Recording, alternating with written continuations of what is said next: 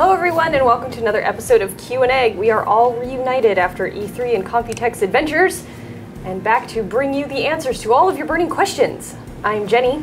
I'm Paul. I'm Kyle. And you can email us at qnegg@gmail.com with your questions or tweet at qnegg on Twitter.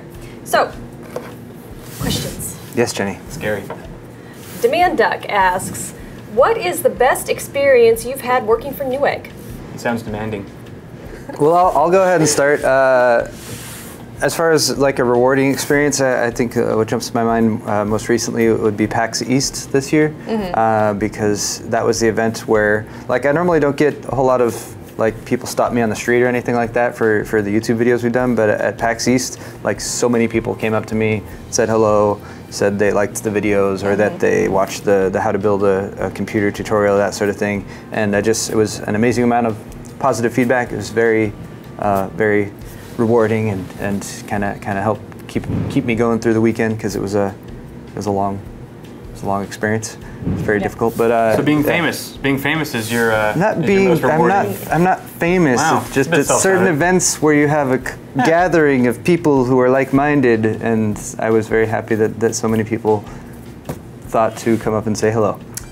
Well, it's very self-centered of you. I'm just kidding, please. Paul. I'm just kidding, Paul. You have definitely helped even me build my own computer. Thank you. My first computer, and it broke. No, I'm just kidding. I think my favorite experience so far working for Newegg has been, well, two things. When we did the Halloween videos where Paul was a snowman and Kyle was a can of Spam and I was Patty Carey. That was fun. That was a lot of fun. And then E3 actually last week. I think that's my favorite thing I've ever done for Newegg. Oh, cool. Nice. Yeah.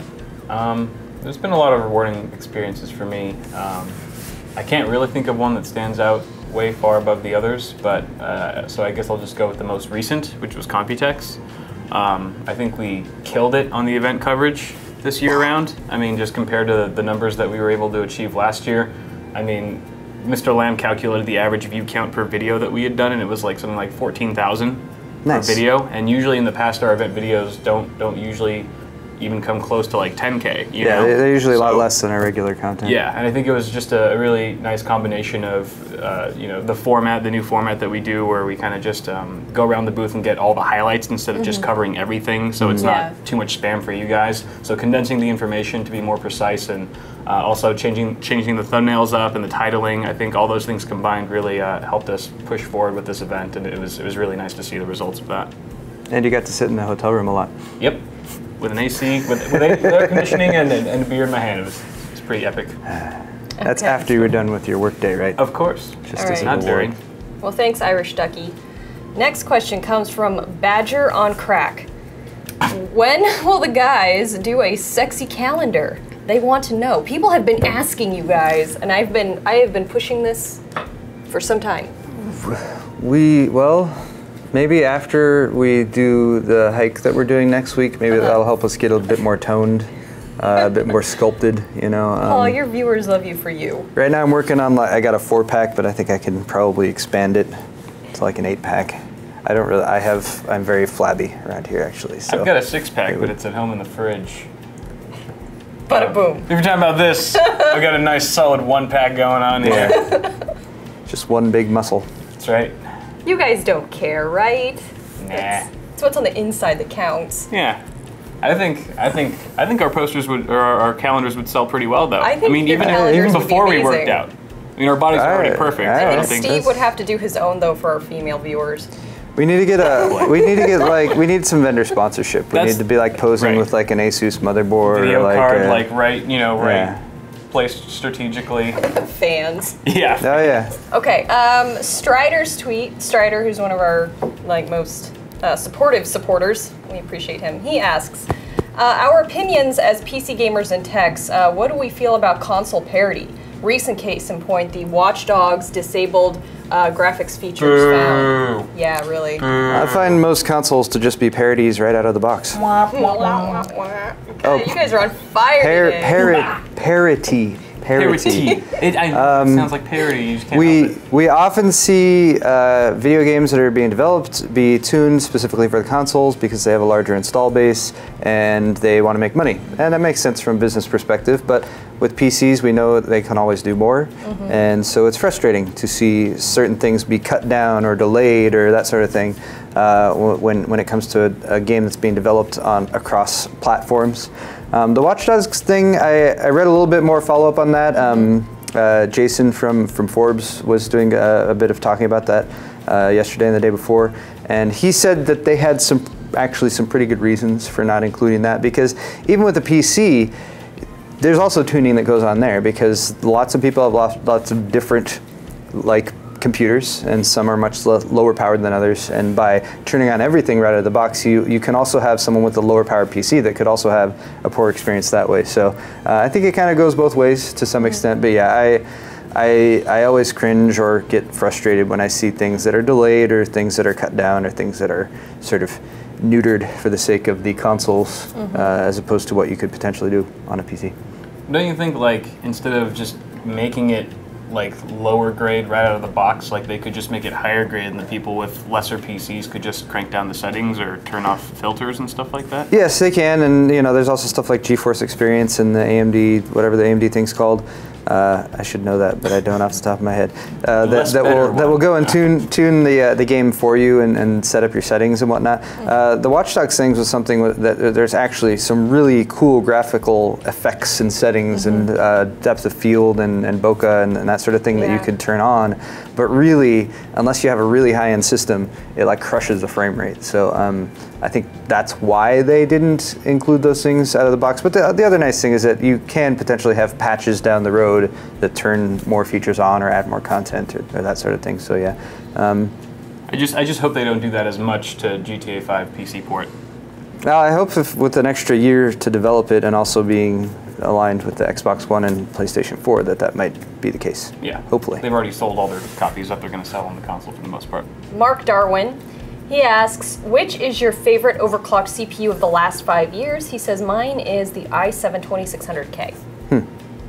That's a good choice. That's the CPU I'm still rocking right now, and I would say it's probably one of my favorites too, because it's the first one that I ever built with. It's still in the first computer that I ever built. That was 2.5 years ago, and it's still going strong. I'm still editing with it, no problem. It is overclocked to 4400 megahertz, but haven't experienced a hiccup since then. So it's probably one of my favorites. I also like the X79 platform.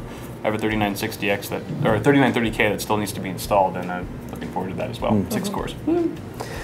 Yeah, I'm probably in the same boat. I really like the i5 2500K as a gaming CPU. The overclocking capability was really, really awesome. You can get so much extra value out of the box by just tweaking the multiplier a little bit.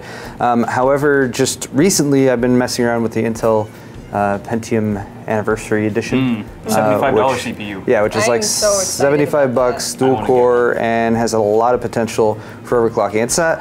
I've been seeing anything from the low 4s to mid 4s, and then possibly as much as 5 gigahertz. But that really takes a special chip and some tweaking, I think. But even going from the out of the box, which is 3.2, up to low 4 gigahertz range is a huge boost for a $75, $80 CPU. So. And have you been cooling it on air or liquid? Just air, Hyper 212 Evo. That's awesome. But a lot of the overclocking I've seen has actually just been using a stock cooler, which also is pretty effective. So yeah, it's nice. All right, now this is our question of the week from Enzentor, and he asks, with Computex and E3 behind us, what tech in games are you most excited for? GTA 5 PC port and Super Smash Bros. For Wii U. I'm a huge Melee fan, so diehard Smash. It looks so good. Yeah, I die. You should be jealous that I got to play so much of it. I am. I really am. That's the only reason I'm sad that I missed E3. Yeah. And I would have liked to try out Oculus too, but Oculus. They might be coming here soon. Hopefully Steve will get his dev kit too soon. Yeah, I know. That'd be cool. I'm with you on the GTA 5 PC. Definitely really looking forward to that one. On the hardware side, is only that. Okay, so I've already mentioned, but the Asus Sabronco White Tough Series motherboard was really cool. Apart from that, I'm really looking forward to the next-gen graphics, next-gen GPUs, which are all rumor and speculation at this point, but we can reasonably suspect that both AMD and NVIDIA will be coming out with something either later this year or at the beginning of next year, and the new GPU architectures, Maxwell for NVIDIA and whatever the heck AMD's working on, I think will be pretty exciting. We just don't know the names of any AMD things.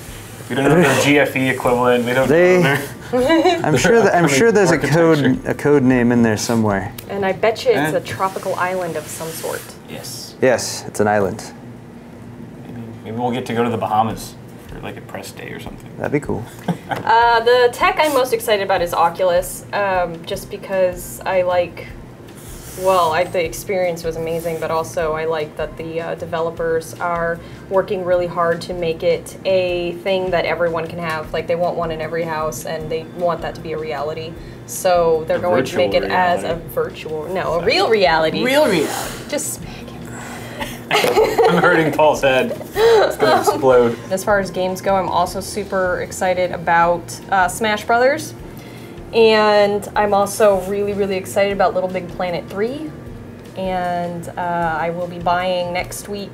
Actually, I probably will just order it on pre-order, but Valiant Hearts from UB Arts. Sunset Overdrive. And Sunset Overdrive. I don't know about Sunset Overdrive because I would only be able to play it here because this is the only Xbox One I have access to, and I'm not going to go buy an Xbox One to play Sunset Overdrive. Yeah. It would be a fun game for all of us. A lot of my friends have an Xbox One, so I'm going to force them to get it.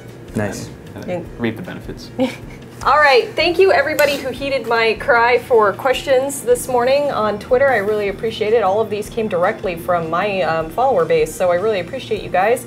Also, if you have any questions, maybe this is the first time you're watching Newegg TV, perish the thought, you can write to us at qandegg@gmail.com or tweet to us on Twitter at qandegg. And send us your questions. Oh, and really quick, one thing I do want to mention is I know that like some people had commented in previous episodes of Q&A saying like they wanted a longer episode, and I feel like this was kind of a longer episode. Like we delivered that. Questions this week. Exactly, I realized that. Yeah. So now that we've done it, what do you guys think? I just would like to get some more feedback, and if any other ideas that come to your mind you want to incorporate into the show, let us know in the comment section below or at qandegg@gmail.com. And if you didn't make it this far in the video, well, you're not watching anymore, and we'll know because we can see our own analytics. Yeah. So screw you, boo, person who's not watching this. All you people who are still watching, you're awesome. To make this even longer, let's just stare at the camera for like the last minute and a half of the episode. Really have to pee. Okay. Yeah. All right. Until next time, guys. Thank you for watching Q&A. Thank you. Bye. Bye. Bye.